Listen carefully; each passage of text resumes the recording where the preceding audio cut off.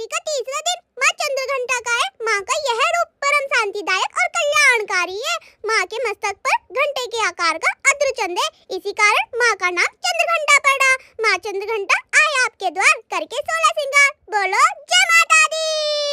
मैया ओ मैया। हाँ लल्ला। मैया मेरा श्रृंगार कर दो। लल्ला कहाँ जा रहे हो गुम्मी गुम्मी करने? मैया सखाओं के साथ खेली खेली करने जा रहा हूँ। अच्छा लल्ला अभी कर देती हूँ श्रृंगार। हाँ मैया एकदम सुंदर सा करना। ठीक है लल्ला सुंदर सा ही श्रृंगार करूँगी। मैया जल्दी जल्दी कर दो, सखाना इंतजार कर रहे होंगे यमुना किनारे। अच्छा आज यमुना किनारे खेलने जाओगे? हाँ मैया। ये लो लल्ला हो गए आप तैयार। ठीक है मैया मैं जल्दी जल्दी जाता हूँ यमुना किनारे, सखा इंतजार कर रहे होंगे। कहाँ चले गए रिक्शे वाले भैया? मुझे बरसाने चल रहे हैं।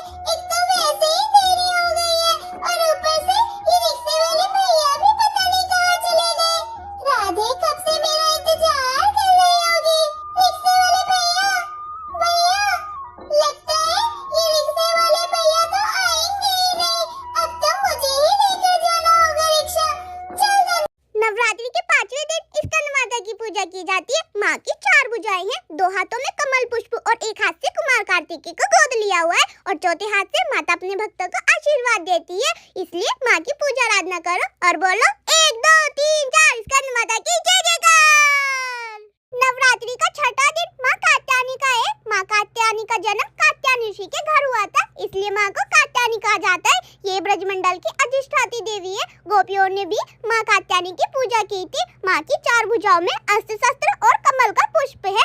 माँ का वाहन सिंह है, सिंह पे सवार 4 भुजाधारी दिव्य रूप में माँ कात्यायनी की जय हो। नवरात्रि का 7वां दिन माँ कालरात्रि का है। मान्यता है इस दिन पूरी श्रद्धा के साथ पूजा करने से सुख समृद्धि बनी रहती है, साथ ही अकाल मृत्यु का भय भी नहीं रहता। माँ कालरात्रि को यंत्र तंत्र मंत्र की देवी भी कहा जाता है और माँ को नीला रंग अत्यंत प्रिय है और माँ को गुड़ का भोग लगाया जाता है। आप सभी भी माता रानी को गुड़ का भोग लगा और जय माता दी बोलते जाओ।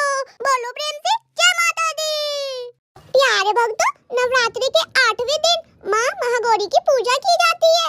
जगत जननी महागौरी की विधि विधान से पूजा कर सुख समृद्धि सहित सौभाग्य की प्राप्ति करें और जीवन के सभी पापों से मुक्ति पाइए। माता महागौरी का जो करता ध्यान उसके धुल जाते सब पाप। बोलो माता महागौरी की जय हो।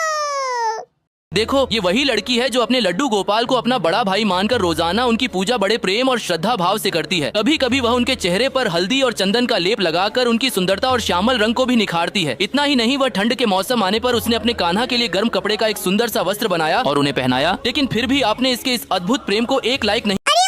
हाँ लल्ला। अरे मैया ये इतनी अच्छी शुगर कहाँ से आ रही है? लल्ला मुझे नहीं पता। मैं ही देख के आता हूँ मैया। अरे वाह ये तो हमारी बगिया से आ रही है। मैया जल्दी आओ जल्दी आओ। देखो देखो हमारी बगिया में कितने फूल खिले हैं। अरे वाह लल्ला बहुत फूल खिले। हाँ मैया जल्दी से तोड़ लो। हाँ लल्ला तोड़ रही हूँ। मैया मेरी माला बनाना। ठीक है लल्ला। अरे मैया ये देखो यहाँ तो आपने फूल तोड़े ही नहीं है। हाँ लल्ला तोड़ रही हूँ, रुक तो जा। सारे फूल तोड़ना, एक भी मत छोड़ना। ठीक है लल्ला। बहुत बड़ी माला बनवाऊंगा मैं तो। हाँ लल्ला बहुत बड़ी वाली माला बनाऊंगी मैं।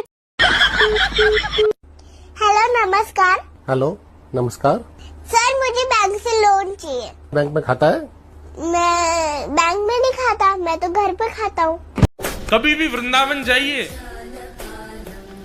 आप यदि राधा वल्लभ जी का दर्शन कर रहे हैं और केवल आपने ठाकुर जी को देखा है, आप बिहारी जी का दर्शन कर रहे हैं और केवल आपने ठाकुर जी को बिहारी जी को देखा है, राधा रमन जी का दर्शन करते समय केवल राधा रमन लाल जी को ही देखा है, तो आपने दर्शन किया ही नहीं है अभी।